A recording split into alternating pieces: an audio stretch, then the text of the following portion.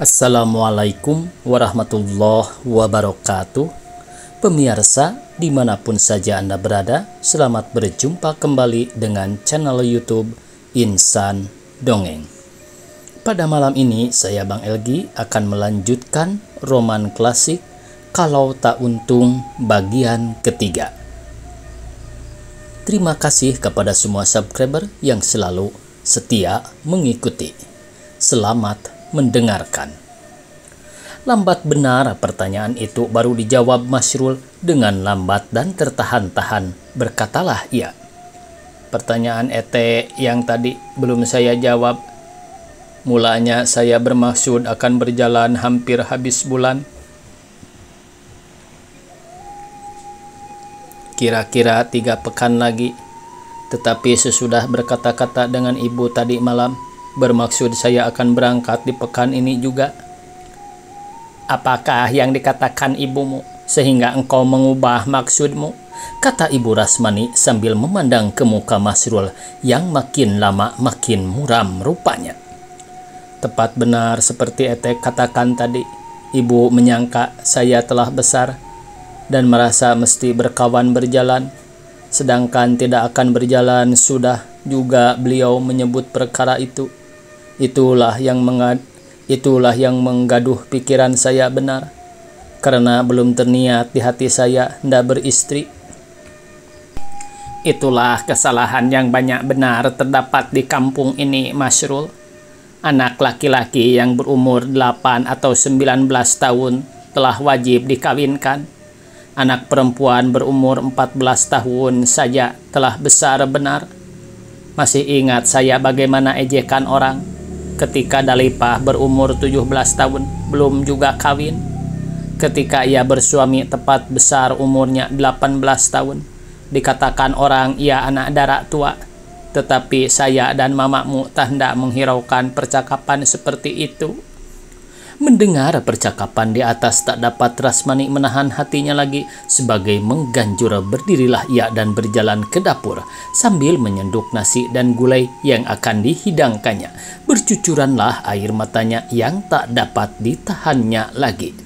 Dalipah mengetahui perasaan adiknya ketika itu, sebab itu ia berdiri pula dan pergi ke dapur akan menolong Rasmani. Tetapi ketika dilihatnya Rasmani menangis, tak jadilah ia pergi ke dapur, melainkan turut ke tempat mereka duduk berkata-kata tadi itu.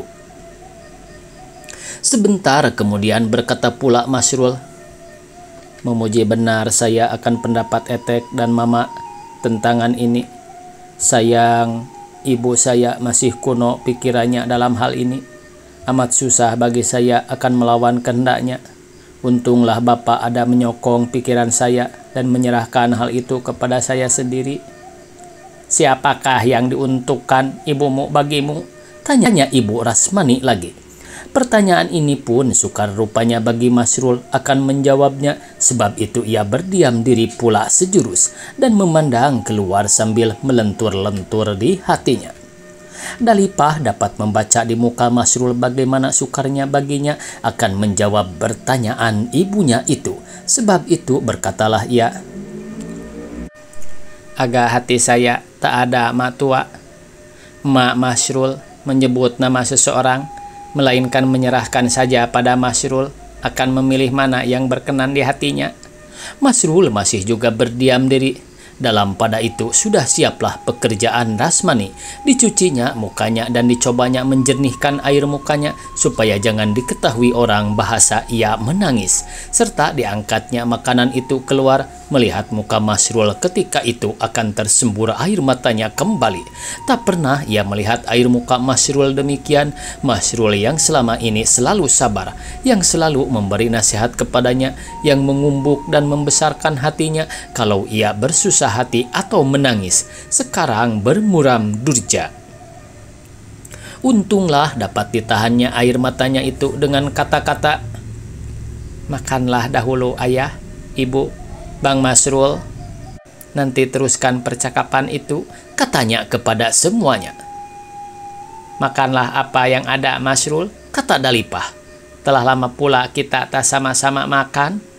Masrul berkata sebagai tak mendengar pembicaraan Rasmani dan kata Dalipah yang kemudian itu. Katanya, kalau ibu menyerahkan perkara itu kepada saya, dapat saya memikirkan apa yang harus saya perbuat.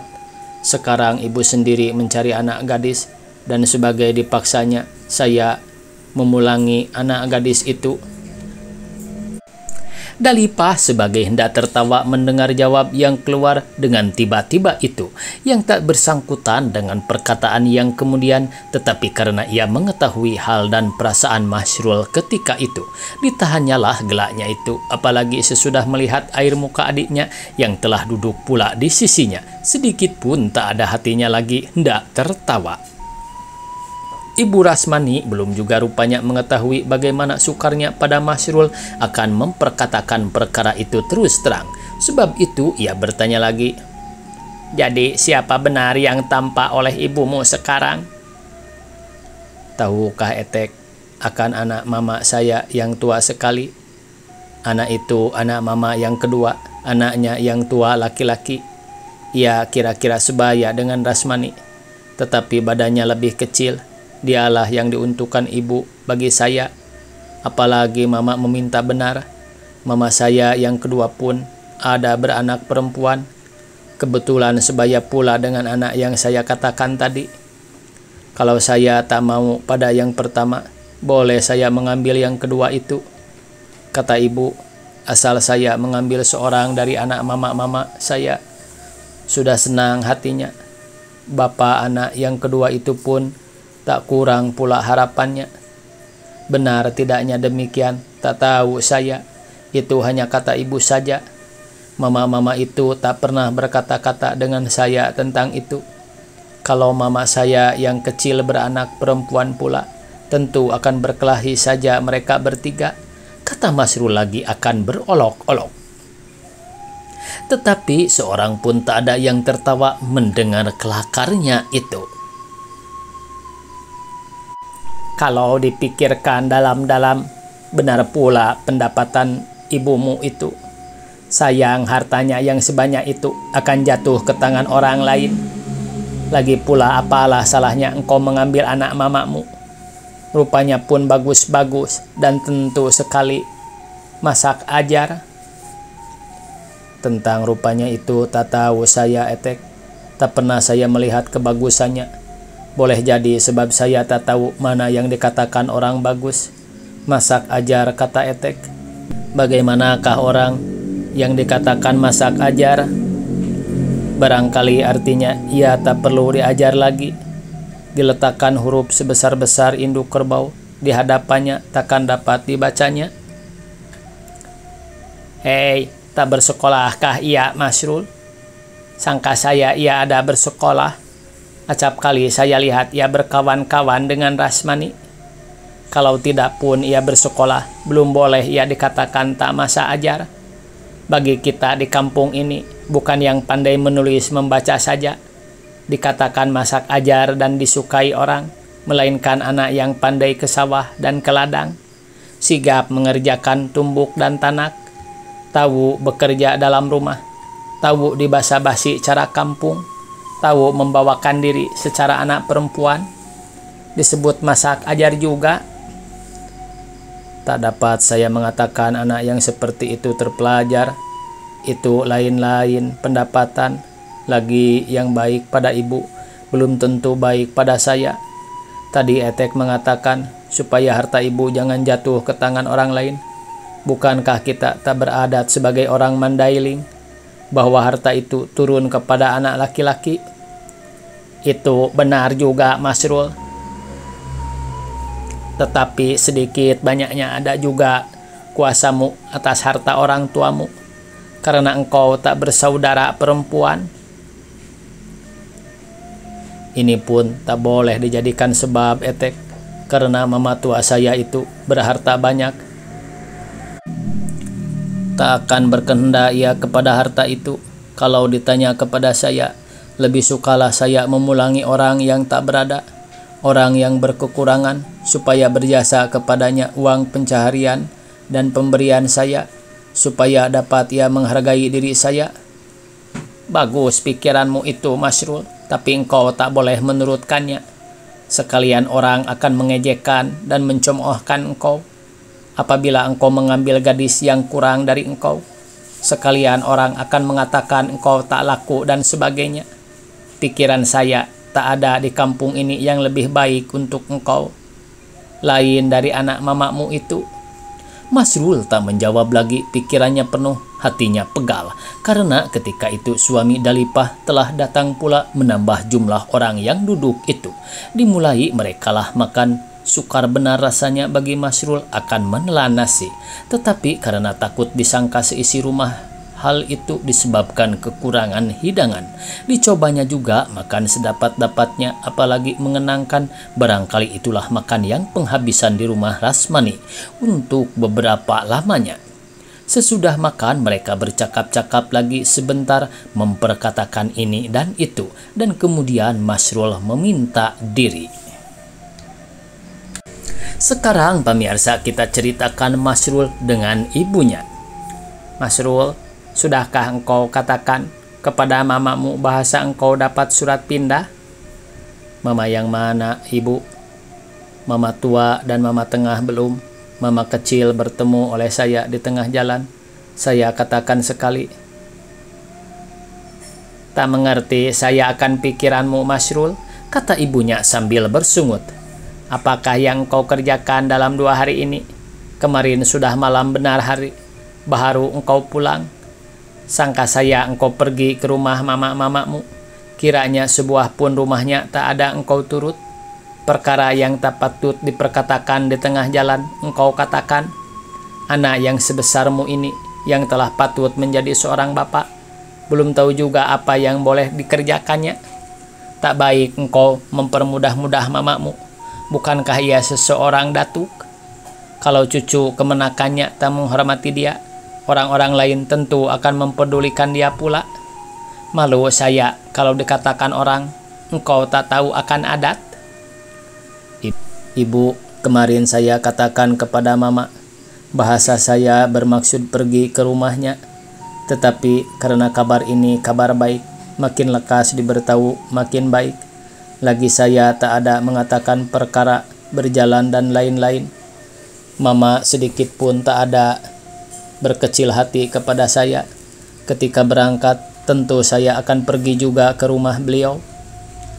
Jadi, sehari kemarin, untuk apa saja engkau pergunakan? Pagi, bukankah saya di kantor? Petang hari saya pergi ke rumah Pak Tua. Senja terus ke rumah Rasmani sampai malam, kata Masrul kepada ibunya. Itulah juga kelakuanmu yang tak dapat engkau ubah-ubah. Yang sunat engkau perlukan, yang wajib engkau tinggalkan. Apakah kata mamamu nanti kalau diketahuinya ia telah kelangkahan? Kita tinggal di kampung. Adat kampung yang akan diturut, jangan diperturutkan kehendak hati saja. Akan pergi ke rumah mama-mama itu tak dapat memakai waktu sedikit. Rumahnya jauh-jauh, lagi pula ketiga-tiganya mempunyai rumah 4 buah seorang. Baik kalau langkah baik didapati ia di rumah istrinya yang kita naiki. Kalau tidak, tentu dinaiki ke 4 rumahnya dahulu, baru bertemu dengan mama. Kalau berdekatan letak rumah itu boleh jugalah. Ini dari ujung negeri ke ujung negeri, 12 rumah yang akan diturut. Sudah bengkak kaki, sebab berjalan tak juga akan sampai yang dimaksud. Oh, sekarang engkau telah besar, tahu engkau dipenat akan menurut rumah mamamu. Dahulu ketika kecil, ketika akan meminta kain sarung atau baju bejas, rumah-rumah itu tidak jauh, tak pernah bengkak kakimu berjalan pergi ke situ. Ya pula orang sekarang sudah menjadi engkau juru tulis, tak pandai berjalan lagi, kata ibu Masrul memperlihatkan kesal hatinya. Masrul tak menjawab lagi, kemudian berkata pula lah ibunya, besok, menurut pikiran si tua buru ini, baiklah engkau pergi ke rumah mamamu itu, rumah mama tuamu yang harus engkau dahulukan. Cari ia ke rumah istrinya yang tua. Lagi pula petuah saya, kalau mamamu menyebut sesuatu, jangan ia dibantah-bantah.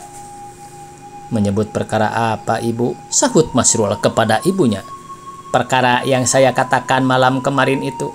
Kalau mamamu menanya pikiranmu, katakan engkau berpikir dahulu. Jangan mengeras-ngeras saja seperti berkata kepada ibu dahulu itu. Kalau tak sesuai dengan pikiran saya, tentu saya jawab. Lagi pula apa gunanya mama saya beri harapan? Tak ada sedikit juga terpikir oleh saya akan menurut apa yang ibu katakan itu. Jangan engkau berkata seperti itu, Masrul. Pikirkan dahulu perkataan saya. Tak orang memberikan loyang kepadamu, melainkan emas berpadu. Apalagi yang engkau cari? Si Aminah cukup bagusnya, cakap dan pandai bekerja. Ya anak orang kaya, anak mamamu darah daging ibu.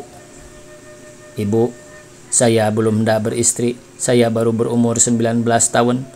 Lagi pula kata orang yang pandai-pandai dalam buku, tak baik kawin berpamili.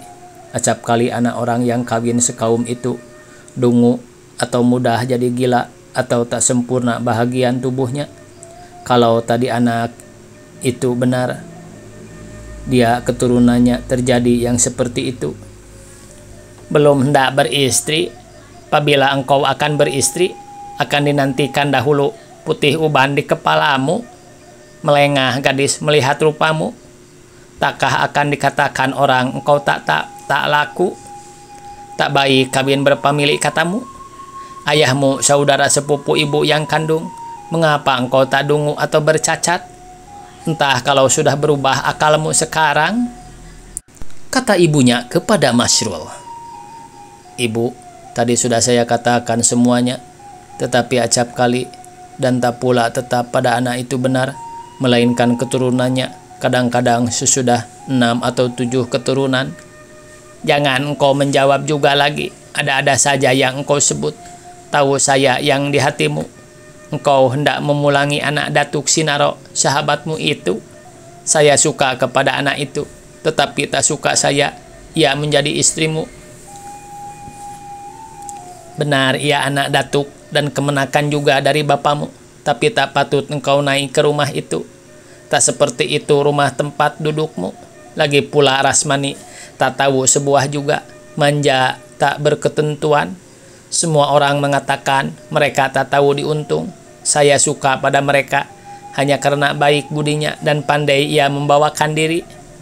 Orang tua Rasmani tentu tak lupa memikat-mikat kamu supaya mau jadi menantunya. Dan engkau tentu buta dan pekak karena mulut manis orang. Panas benar hati Masrul mendengar tuduhan ibunya itu. Kalau tidak ibunya yang mengatakan itu, tentulah akan dibalasnya dengan yang sepatutnya. Tetapi sekarang ia berhadapan dengan ibu kandungnya, sebab itu marahnya harus ditahannya. Tak baik ibu, salah sangka seperti itu. Sampai sekarang belum teringat di hati saya akan memulangi Rasmani. Saya sayang kepadanya, tak ubahnya sebagai kepada adik kandung. Bukankah ibu tahu juga bahasa telah lebih dari 5 tahun kami bersahabat. Sejak Rasmani masih kecil. Dari 5 tahun kami bersahabat, sejak Rasmani masih kecil, dari berumur 9 tahun, tentang manjanya dan ia tak berkepandaian itu, tak perlu ibu katakan. Saya lebih tahu dalam hal itu.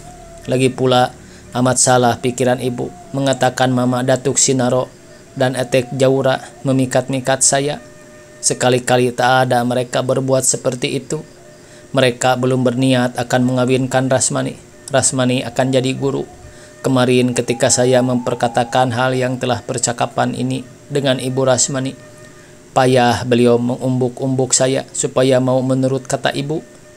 Ibunya tak menjawab lagi. Ia berdiri meninggalkan Masrul. Di mukanya kelihatan sebagai ia tak percaya kepada perkataan Masrul itu.